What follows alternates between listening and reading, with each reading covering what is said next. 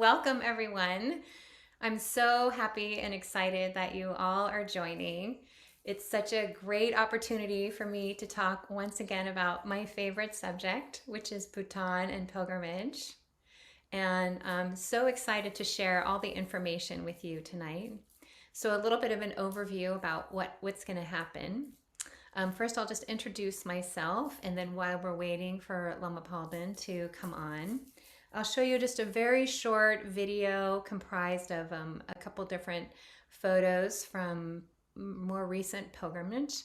And then I'll go through the itinerary and kind of outline sort of what the plan is for this year. For those of you who have been, there's a few changes. And then Lama Palden will join us and talk about the power of pilgrimage. And then at the end, we'll open it up for any questions. Okay, sound good? So, first, for those of you who don't know, Lama Palden is the founder and the senior Lama for Sukhasiddhi. The unique thing about Lama Palden in terms of this pilgrimage is she actually lived in Bhutan for about 4 years, I think in the 80s or something like that. And she was married to Benchen Khenpo Rinpoche, which you'll see in our slideshow, who holds quite a prominent position in Bhutan. And so she had quite an incredible experience living there and has led pilgrimages back to Bhutan and India really for the last, I think, almost 20 years. So she brings an extraordinary amount, not only just experience, obviously as a lama in the Khamar Kagyu and Champa tradition, but also somebody who has such a deep and intimate connection with Bhutan. And we really feel that being with her and hearing all these amazing stories of what it was like when she lived there. And, if you know Lama Palden, she is an amazing storyteller. So it's really quite fun to travel with her. And then the other thing that I'll say that I really have come to love and respect about Lama Palden is that she really respects the spiritual process during pilgrimage and sets a kind of a pacing on the pilgrimage that can really be in support of and in service to one's spiritual opening during a pilgrimage. And she knows just the right amount of things to do and is really responsive to the group energy. So I just want to put a little shout out for her. So me, besides being in love with Bhutan, I first was connected in 2019, my first pilgrimage there. And I begged Lama Palden to go back, and we had to wait for the pandemic to reopen Bhutan. Bhutan actually closed its borders for over 3 years, which really impacted tourism, actually, which I'll say more about at another time. But so we finally returned in 2024, and you'll see some photos of our group from that time. And then most recently, I was able to take kind of a spontaneous trip to participate in a week-long Tara Jigtoma practice with Khandro Dorje Pamo. And we'll have the opportunity during this pilgrimage coming up next year to spend, I think, a better part of a day with her receiving some teachings. We'll do some practice, receive a transmission from her. So I'm really excited about forging this connection with her again next year. I've also been involved in Sukhasiddhi for the last 12 years. I'm part of the Champa program, and I'm also a member or a student of the CDL, the Community Dharma Leadership Program. So that's a little bit about me. I'm going to take a moment and just get my slideshow ready just to show you a quick little video of give you a little immersive experience as much as we can on Zoom. The recording's on here. Okay, just give me a second. Okay.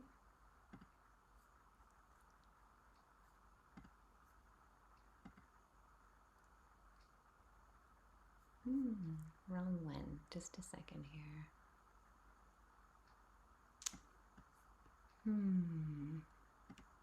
Okay, Here we go. Please let me know, Leslie, if some reason the sound isn't coming through. Can everyone see this California thing here? Is that showing? Perfect. Okay.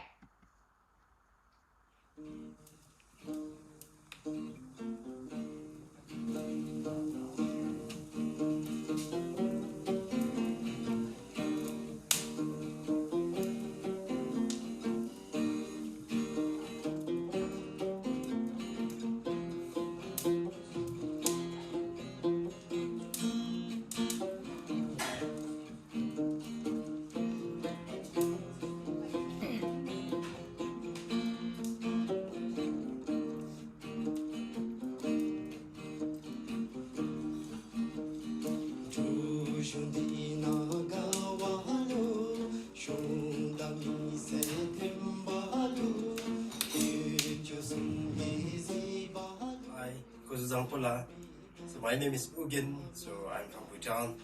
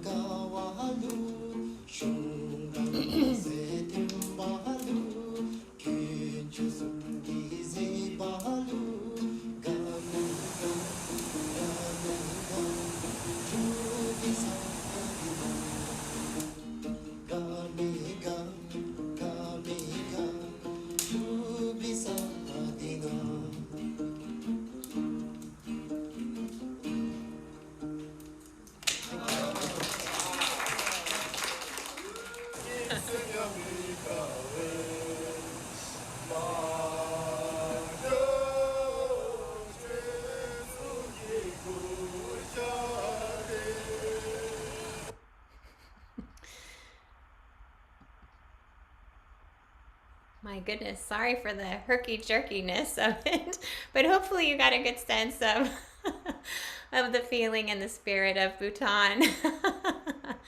And the audio recording in the back is our guide. His name is Yugen, which you saw him introducing himself.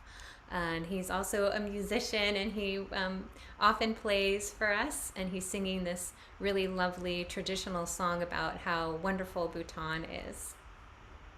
So he'll be joining us again, and he brings lots and lots of experience and is really quite emblematic of Bhutan hospitality. So I'm going to take a moment now to go through our planned itinerary for 2026.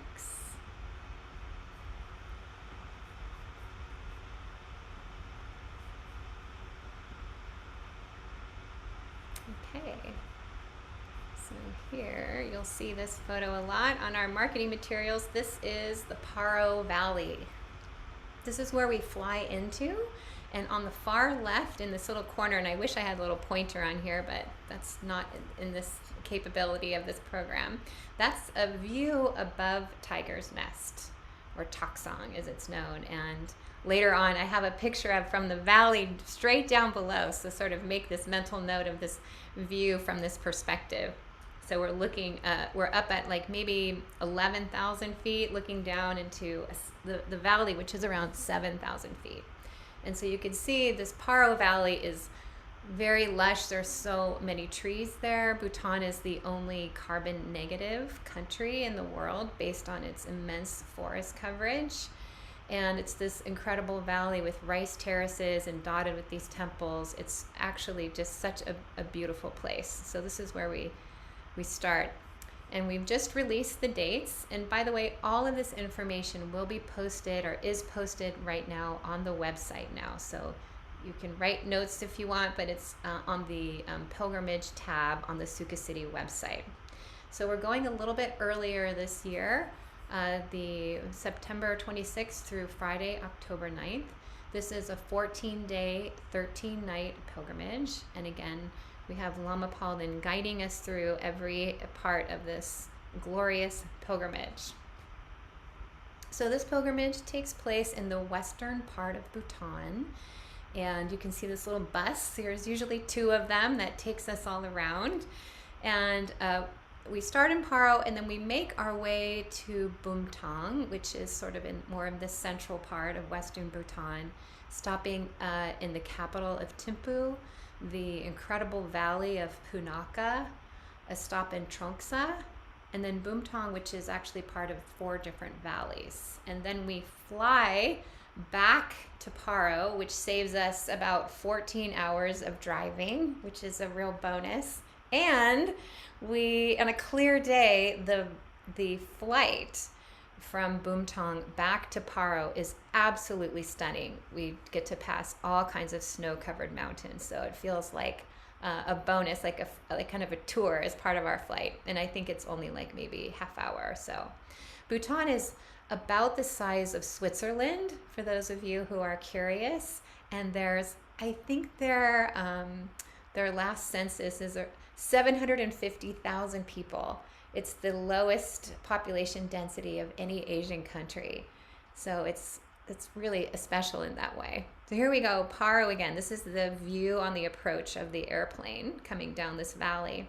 Something interesting about the Paro airport is that there's only, I think, 30 pilots in the world who are authorized to fly there. And I heard at one point that only Bhutanese could fly there, but I actually met someone recently who was from India. I think there's 2 people who are not from Bhutan, but all of the rest are Bhutanese, and it requires an extraordinary amount of skill because they can't use any navigational tools. It all has to be based on their own experience. So very exciting and wonderful flight into Paro. Usually we come in from Bangkok, from Thailand. Okay, so our first day we arrive and we're greeted at the airport by our guides and drivers, and we even have a luggage handler, which is really fantastic. Somebody to take our bags from the bus and put them near our rooms. And this pilgrimage will be set up so we arrive in the morning, have a lunch break, a kind of a welcome talk, maybe a short stretch for our legs, and then we'll visit this beautiful Lakang. And by the way, you'll see the words Lakang and Gompa. These are both kind of referring to temples, different words, monastery and temples. And this particular one is really unusual in its structure. It's built in a Chorten style, this sort of like pointed structure, which you'll see later on. And we love this one because it was built by Tontang Gyalpo, and anybody at Sukhasiddhi who's ever done the Chenrezig practice, Tontang Gyalpo is that's his practice that he's given us. So we have such a deep heart connection to him. And inside, it's quite rare actually to see anything from the Shampa tradition in Bhutan, but inside in this upper spiral part, there's incredible paintings from the Shampa lineage. And so it's a real treat to go inside there. And you can go around the outside and do Kora or circumnambulation, where there's all these prayer wheels. You can say prayers, go either before or after. There's a beautiful place to sit and do a quiet meditation. And then we'll kind of end our first day by offering up some butter lamps, really having an opportunity to set our intentions and our aspirations for this pilgrimage. The next day, this is also new this year, we're going to 2 different places just outside of Paro Valley. These are about a 90-minute drive away, more or less. So Serlung Gompa over here on the left. This is also another Tontang Gyalpo monastery, and it's got a lot of really incredible artifacts and relics of his, as well as this sweet little museum that they're actually expanding that has things from all sorts of Buddhist historical figures. And I happened to visit this place just last month, and the monks there were so accommodating. They spent like 2 hours with us explaining everything. And they also, for some reason or another, the royal family really took to this monastery during the pandemic and has decided to open it up as a shedra, a place for higher learning. So then they built this enormous temple that we can also go in, and there's incredible paintings of the Buddha's life in there, and we can do prayers and practices in either place and have a tea service. And then we head back to Paro and go to this place called Dobjezang. Dobje means scary. I think because it's on a cliff, perhaps. Any case, it offers incredible views, and it's a perfect place to have a picnic lunch. And picnic lunch means like hot food in these containers in an outdoor environment. The Bhutanese really know hospitality, and anyone who's been on pilgrimage with us will tell you that. The other interesting thing about the Dobjezang is that it's associated with Milarepa. And when he was alive, he apparently placed some kind of a stick or something on the ground and made this proclamation that at the end of he started the spring, and the spring would end somewhere far on the other side of the Himalayas. And so the spring is still here running, and there's a short hike, maybe a 20-minute hike down into this valley where we can collect some sacred water, which is often drank, and then we're blessed by that. And some people also like to collect it to bring it home to share with friends and family. Then we head over to Thimphu, and this is the capital of Bhutan. And underneath the P, I wish I had a pointer, you'll see like a little tiny Buddha, but that Buddha is actually like 200 feet tall, and it can be seen all over Thimphu. We will go there later, and you'll see a photo of it. And you can see Thimphu's quite populated. There's quite a lot of development, apartment buildings and things like that. So there a lot of people are coming in and inhabiting this area.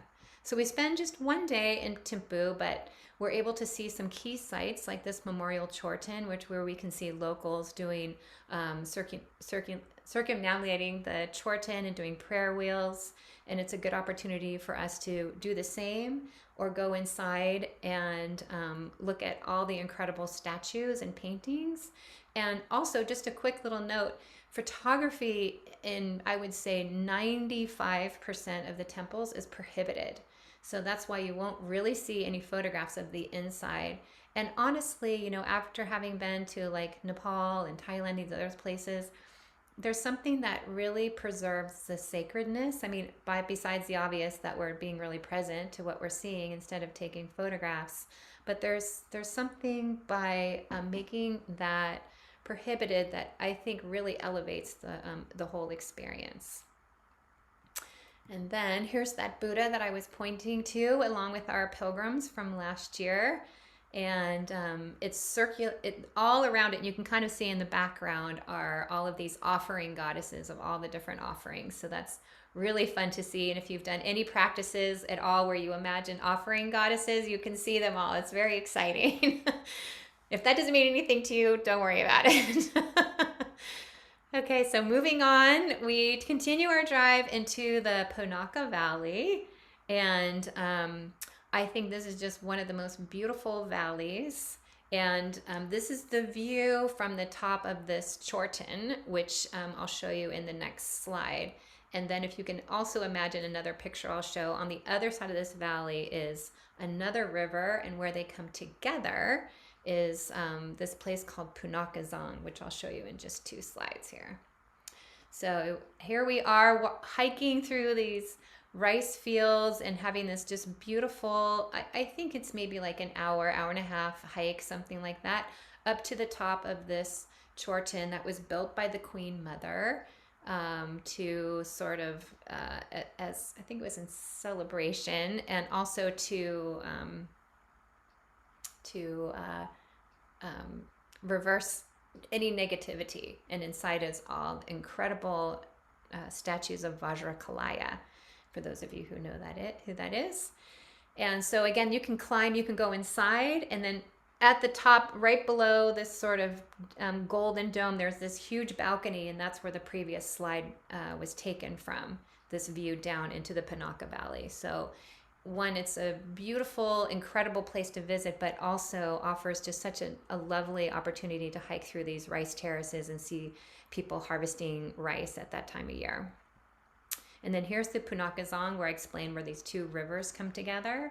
It's both a cultural and historical significant zong. It has an absolutely stunning temple where we often do prayers and meditations that Lama Palden leads us in. And we have lots of opportunities to walk around in the courtyard, and photography is allowed in those places. Oh, and sorry, let me explain really quickly. What is a zong? A zong is another word for that is a fortress, monastery fortress, and I'll show you in a minute the Trongsa Zong. It's kind of a better photograph of the length of it. They're absolutely massive, and half of it is reserved. The fortress part is for government offices, and the other half is monastic, and they're really meant to sort of work together on running the country. And obviously, we spend all of our time in the fortress part. So still in Punakha, we visit the Chimi Lakang, which is associated with Drupa Kunli.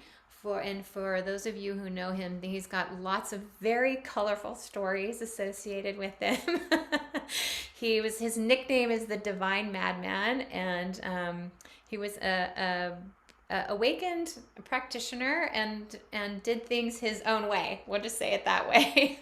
But he's got a wonderful temple here that we go and visit, and it's also associated with fertility. So here's the Trongsa Zong. This is kind of what I was explaining about how huge it is. And this is our next stop on our journey. The Trongsa Zong has an absolutely magnificent Tara temple. And the fun thing about being in these songs is that they have these different levels that are only accessible by a wooden ladder that have been climbed over hundreds of years. So it feels like this really exciting adventure to try to wend your way through this temple, climbing up ladders, and it's a little bit dark and very exciting. And we always have our guides and the drivers kind of assisting us with our bags and things like that. So they're always there with us. Leslie, would you let me know if Lama Palden jumps in too? Yes, Palden is here. Okay, welcome Lama Palden. And please, Lama, since I can't see you, I didn't know you're here, please jump in whenever you want if I've missed something, which undoubtedly I have. So then we go on to Bhutan, which is comprised of 4 different valleys. And I think a lot of people felt that this is a very spiritually potent place with a lot of very meaningful places to visit. So one of the favorites, I would have to say, is Jombe Lakang. And if you're familiar with King Sonsong Gyampo, who built the 108 temples in the Himalayas in one evening to subdue this demoness, this is one of the 108. There's another one back in Paro as well. And then this is also new this year, a hike up to Zudra Monastery. It's about a 90-minute hike, and this is a site of Guru Rinpoche and Yeshe Sogyal. They're said to be like a footprint and other relics that were left by him. And then here's our group again at Kurje Lakang. Again, associated with Guru Rinpoche, there's 2 sort of significant places. One is he meditated here, and his body impression is in a rock inside the temple, kind of just behind us on the right, which we can go there and see it. And we do prayers and meditation in that room. It's quite a powerful experience. And then on the left is an enormous statue of Guru Rinpoche where we can continue our practice. And then we take a short little walk up to the spring, and here's again collecting more sacred water that again was the spring started by Guru Rinpoche. So there's not garbage there. It's everyone collecting sacred water. And then here we are on this fabulous flight back to Paro Valley. Look at that view. So we hope for a clear day. You just never know being in the Himalayas. But if we get lucky, either on our way into Paro Valley from Bangkok or on our return from Bhutan, we have these really glorious views. And then here we are back in Paro. And since Lama Palden is here, I'm going to have you just chime in and say a little bit about Kondrola. Okay. So Khandro means Dakini. Dorje Palmo um, is the Tibetan, the Sanskrit is Vajravarahi or Vajrayogini. She's an emanation of an awakened being, a Buddha, a female Buddha, who's very powerful. And we had the great good fortune to meet her last June. She was in the Bay Area for doing some transmissions, and she very graciously came by the center and spontaneously gave us a whole ceremony of averting negative energy for all of us. But then I spent, and some of us spent 3 days with her in the East Bay receiving her transmissions, and she's incredibly wonderful. Very, very beautiful feminine energy. It's so nice to have a female Rinpoche. And I'd been hearing about her since she was a baby because one of the great Rinpoches that I was close to, the one I was closest to in Bhutan, um, recognized her, was the first person who recognized her as an incarnation. And he had told me about this way back in 1979 or 80. And so we have a lot of karmic connections. She also studied in Kala Rinpoche's monastery for some years in Darjeeling, and we have major Shampa connection and connection through various spiritual teachers, and of course, Dorji Pamo the practice of that yidam, of that particular female awakened being that she is an emanation of, that is a practice that we do extensively in 3-year retreat. So anyway, it's been a huge gift to get to know her and to be in her presence, receive her transmission. So we're going to be able to spend a day with her and have transmissions and teachings from her, and that'll be really, really special. Yes. She'd Faith. never been to America before. She's been once now, and it's uncertain whether she'll come back or not. So it's really special that we get to be with her in Bhutan. Mhm. Anything else? No, I'll just say back to the Zongs. One thing Suzanne forgot to say was not only are they government offices and monastery, but most of them have many, many, many different temples or what they call lakangs inside the Zong. There's always a main one, but then there's many other smaller temples inside the Zong as well that are scattered throughout the government part and the monastic part. They're kind of interwoven. They're not so completely separate. Thank you for that. So Kondro Dorje Pamo has her own monastery, but it's quite remote. So she'll be coming to Paro Valley to meet with us, and we will be gathering at Jado Gompa, which was actually founded by Longchenpa. And the woman who's on the steps sitting next to me with the glasses sort of recently found this place, I think maybe 5 years ago, and started renovating it. And a lot of people found that she was doing that and started bringing orphan girls there. And in, I think, 2.5 years, she's now has 22 of these orphan girls under her care. And they're just the most lovely, lovely nuns. And so they'll be there to welcome us with tea and we can interact with them. And the older nuns actually speak perfect English. And this monastery is located up on this really high part of Paro. And the views there, you kind of look down 2 valleys. It's absolutely stunning. So I'm looking forward to having a whole day program up there with Kondrola. And then another new place that we'll be going to this year is a place called Selungne. Again, it's associated with Guru Rinpoche, Yeshe Sogyal. I think 10, I can't remember if it's 10,000 or 100,000 dakinis, but a lot of dakinis. 100,000. 100,000. Well, that's the boom drum, but this one I remember anyways. Oh, So, okay. so the thing that I really love about this place is that there are a couple of temples that which to do practices and prayers, and they have one of them has an impression of that Guru Rinpoche left, but it's sort of this river kind of winds around it. You saw in the video that I shared the river rushing by, and it's such an incredible place for contemplation and prayer, and to really kind of integrate the power of the last 12 days on pilgrimage. So we'll be able to kind of slow our pace down and kind of take in everything that we have over the last, week, over a week together. But the last, second to last day is a hike to Taksong, and this is kind of going back to that first slide of the view. This is now from the other side, this white building kind of almost in the middle. That's where that picture was taken from. And then the white building sort of on the middle right, that's where Taksong is, Tiger's Nest. And again, it's up about 10,000 feet. If that feels a little too ambitious for you, there's always an alternative during the day. So like half of us go on a hike, and then half of us take a tour to go to different temples down in the valley.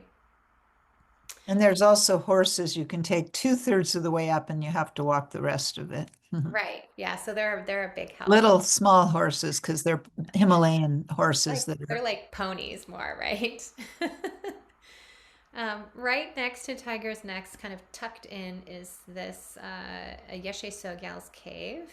It's an exciting stair climb. You can see on the right that the stair image there, and this people climbing up there on this rope. But it's a small but really powerful place.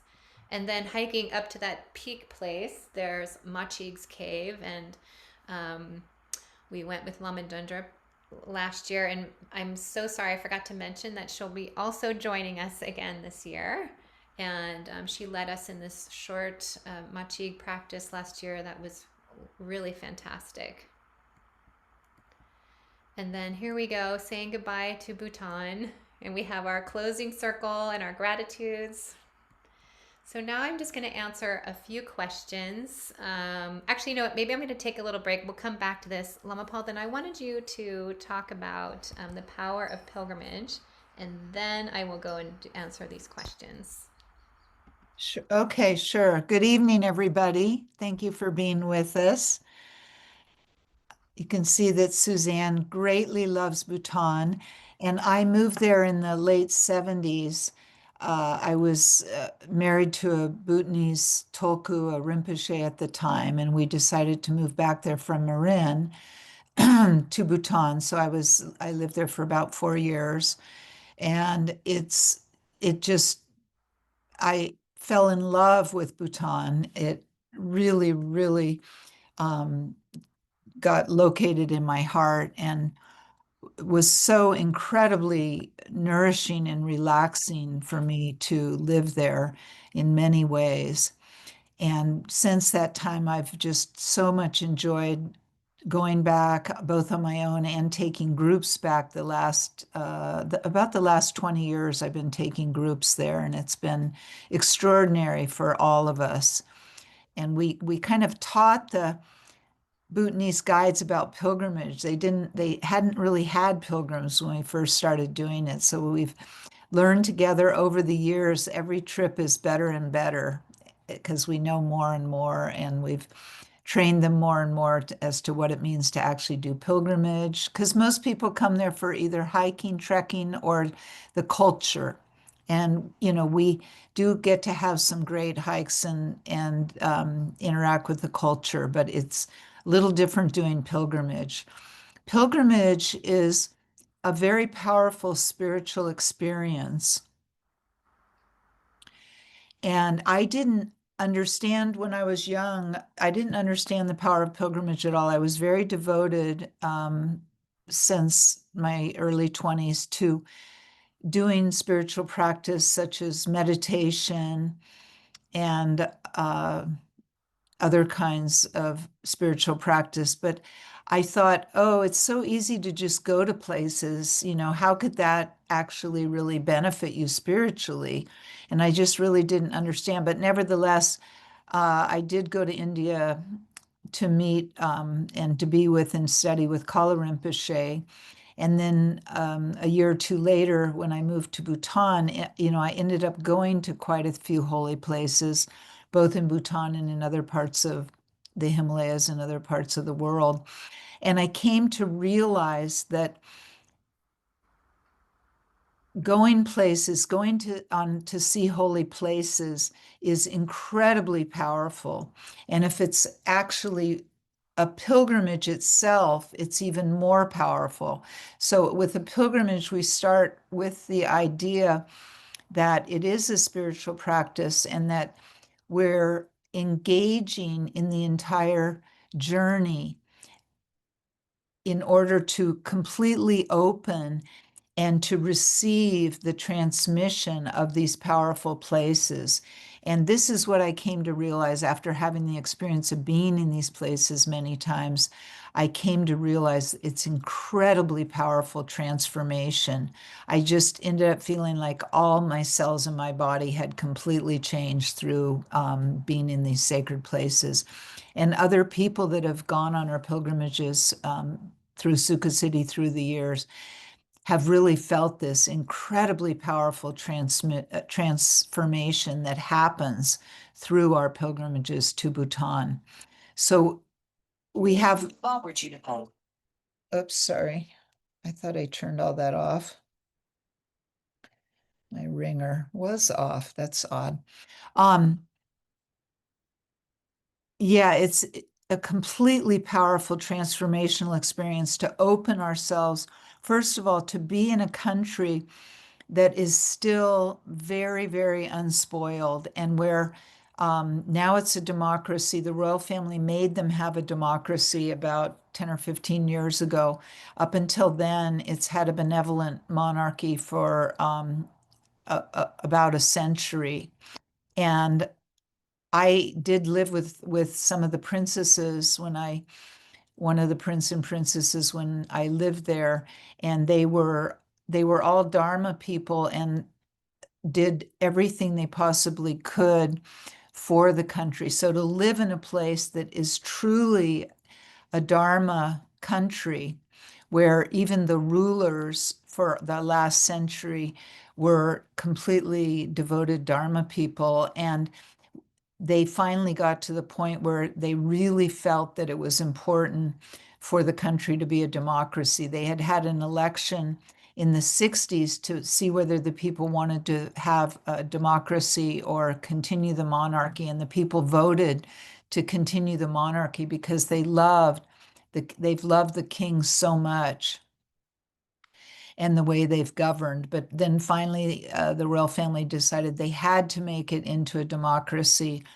because it was going to be better in the long run for the people, and they wanted the people to learn how to govern themselves. So now it's a democracy, but it's still a country that is completely still saturated with spirituality, and not only the places we go where many great yogis and yoginis have meditated, beginning with Guru Rinpoche, Milarepa, Machi Labdrin, Longchenpa, many, many great, highly realized beings meditating these places. But then all the centuries since that time, these temples have been undisturbed. These places where they originally meditated in the caves, temples were built out from them, and they also built new temples. And all of these temples from the 7th century on have been undisturbed by war for this, all these many, many, many centuries. And during this whole time, many, many people have meditated and prayed for world peace, etc., for awakening in these places. So the spiritual power is incredible. And there's, of course, lots of stories and legends about some of the yogis and the dakinis and all of these different things. But um, my feeling as a teacher is it's not about believing anything. It's simply about opening ourselves to feel and receive the transmission of all of these yogis and yoginis who for so many centuries meditated there and left this incredibly powerful energy. So we do find that we are completely changed by being in these places. Of course, we have a lot of fun together as well. And the culture is also um, a very loving culture. One of the things that's happened in Bhutan from the integration of Dharma into the culture is there's a tremendous amount of loving kindness. I felt that myself when I moved there. I received so much loving kindness from so many people. And of course, the high level teachers just exude loving kindness. But it's also, you really feel it with the guides, with the various people we come in contact with. And in terms of the culture, um, they speak in very soft voices. Like after I'd been living there for some years, when I came back to the States, it felt like everybody was yelling because they speak very softly. They have a tremendous amount of respect for other human beings, as well as all the holy places and as well as for nature itself. And so when we go, and this is also part of pilgrimage, we approach every meeting, every place we go with a lot of respect. We treat our guides with respect. We have respectful clothes on for the temples. The shoes, of course, go off, so we have to have shoes that go off and on very easily and quickly because we take them off and on so many times a day going in and out of temples.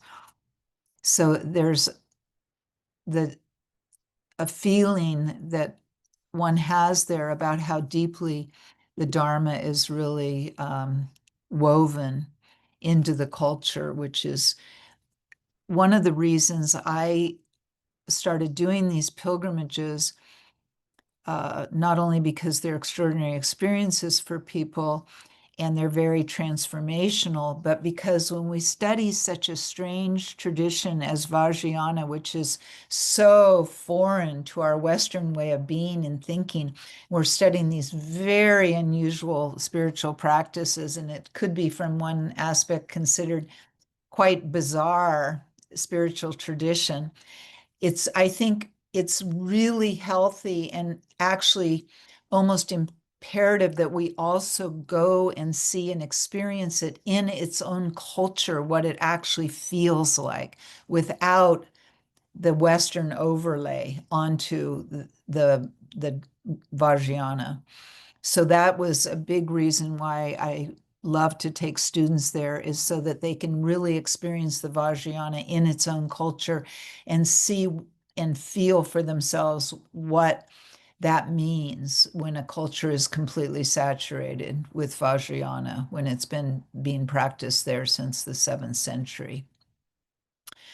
So this is a little bit about pilgrimage and the power of it. And so it's both incredibly sacred and a lot of fun. Thank you. I'll just kind of add a little note, also in the spirit of immersed in Vajrayana and having fun. Um, just about not everyone, but almost everyone that comes are Vajrayana practitioners. And for me personally, that feels absolutely wonderful because I'm not generally surrounded by a lot of Vajrayana practitioners. And so it's just lovely to spend that time together, kind of sharing this experience. So let me go back to the frequently asked questions.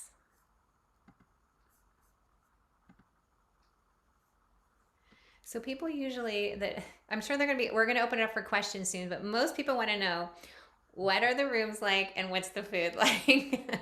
So here's an example of a room. Like we stay, you'll see in the description, we stay in 3-star hotels. By no means is this a luxury trip, but it is quite comfortable. And yet there are still some funky things because that's just how it is when you travel, that make for good stories and some laughs. But in general, we find that they're really clean, they're really quiet, and quite lovely. So there's an example of a room. And then the food, you can see this is an outdoor picnic, as I was saying earlier about picnics. This is really it's not the kind of picnic I normally have. But the food's really fantastic. It's all served in a buffet style. So we do make food requests ahead of time, and you can kind of eat around like what works for you. Often there's some meat served, there's always vegetarian dishes. We can make things, without gluten, things like that. There's fruit and rice, always rice. So that gives you an idea about the food there. And also, both Lama Palden and I think that the food feels really, really healthy there. There's something maybe about probably their soil is incredibly Well, it's nutrient basically dense. the country has been organic from forever, and a little bit of more modern farming methods came in, in the last years, but they really learned about organic as well. So, and the way the country is, and that they have to terrace for growing food and rotate the crops and all that. So the food just has a tremendous amount of nourishment. It's really delicious.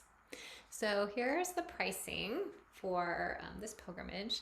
Sukhasiddhi members are defined as people who pay monthly dues. And if you have any questions about that, you can always write to me or Leslie, who's our executive director. And then just a note about the single room supplement. This is if you don't want to share a room with anyone. And in the past, we've made it an option so that you could share a room with somebody if you were traveling alone. And this year we've done away with that because it caused some issues with people who became ill with their new friend. So if you know the person you're traveling with, you may absolutely share a room with each other. But if it would be a stranger, then we're discouraging that. So what's included is the airfare from Bangkok into Paro, Bhutan and return, and the internal flight that flies from Bumtang back to Paro. And then I'll just say a little plug for myself. I really guide pilgrims through the whole process of getting ready for pilgrimage. Answer any questions. I have a whole info sheet. We have an information night where I can answer a lot of questions about travel insurance or what to pack, all kinds of things that come up as you go along the way. And once we're in Bhutan, obviously we have the tremendous spiritual leadership by Lama Palden. I will be there to help all of you with anything that comes up on pilgrimage. And then you saw photos and you heard from Eugen, who's been our guide the last several pilgrimages, that can also be there as support, and he's incredibly knowledgeable. Oh, and I should say a couple words about Benchen Rinpoche. Please. So our host name is Benchen Kempo Rinpoche and his wife Rigzin, and he is the Rinpoche I was married to for about 7, 8 years. And we're we're Dharma brother and sister, Vajra brother and sister, and we've stayed very close through the years. So he has hosted all of our pilgrimages. And actually, this has been incredible for us because in his previous life, last life, he was guru to the king of Bhutan. So he has a lot of in terms of he's been able to get us into temples and places where normally, quote unquote, tourists can never go, foreigners can never go. And he's incredibly loving and gracious, as is his wife. And so he is our host, and we usually have a dinner with him once during the pilgrimage. He's getting quite elderly now, so I'm not sure whether we'll be able to see them or not, but they're overseeing everything and all the arrangements for us, and hopefully we'll have a dinner with them as well. Thank you. Suzanne, can I just say something here? Sure. The prices here look like maybe last year's, not this year's. Oh, thank you. So they're slightly higher, and also maybe to clarify what it means to be a Sukhasiddhi member. We Thank you. did on the member, she did. I'm sorry, I may have missed that one. So the prices for Sukhasiddhi members is about, I think it's 87 Yes, it's 50. different. It's more like the non-member piece. For non-members, it's 8995 or I'll something go to the close to that. website after this so I can show everyone. Right. So Yeah, really it's on the apologies on that. It's on People the could it's go to correct the on the website. web. It's website and corrected. see. It's Yeah. correct on the website. That's Okay. all. Thank you, Leslie, and so sorry, everyone. It's okay. It's just Yeah. slightly different. Yes, this Why is don't like we just open slightly. up to questions since we only have a short time left? Okay, let's see here. I just wanted to quickly, well, this is all on the website, which I'll show you in a second. Let me just quickly go through this. And then I wanted to share, let's see here. Here we go. So the process, this sort of the next step. So again, here is the correct pricing right here. Thank you, Leslie, for pointing that out. So if you're interested in applying, there's a link, let's see here, for the application. If you are new to Sukhasiddhi or you're not involved in any program or a member, then usually there's a short interview that I conduct. And then within a week after you've been approved, there is a requirement for a $3,000 deposit, which is non-refundable after January 9th. So again, all of this stuff is now located on the Sukhasiddhi website. What's included, what is not covered, again, another button for application, as well as, let me just kind of quickly scroll back up, an overview of the itinerary that I shared with you this evening. Okay, so that's where all that can be found. Okay, now we can open it up for questions. I'm going to just raise your hand. Go ahead, Jade.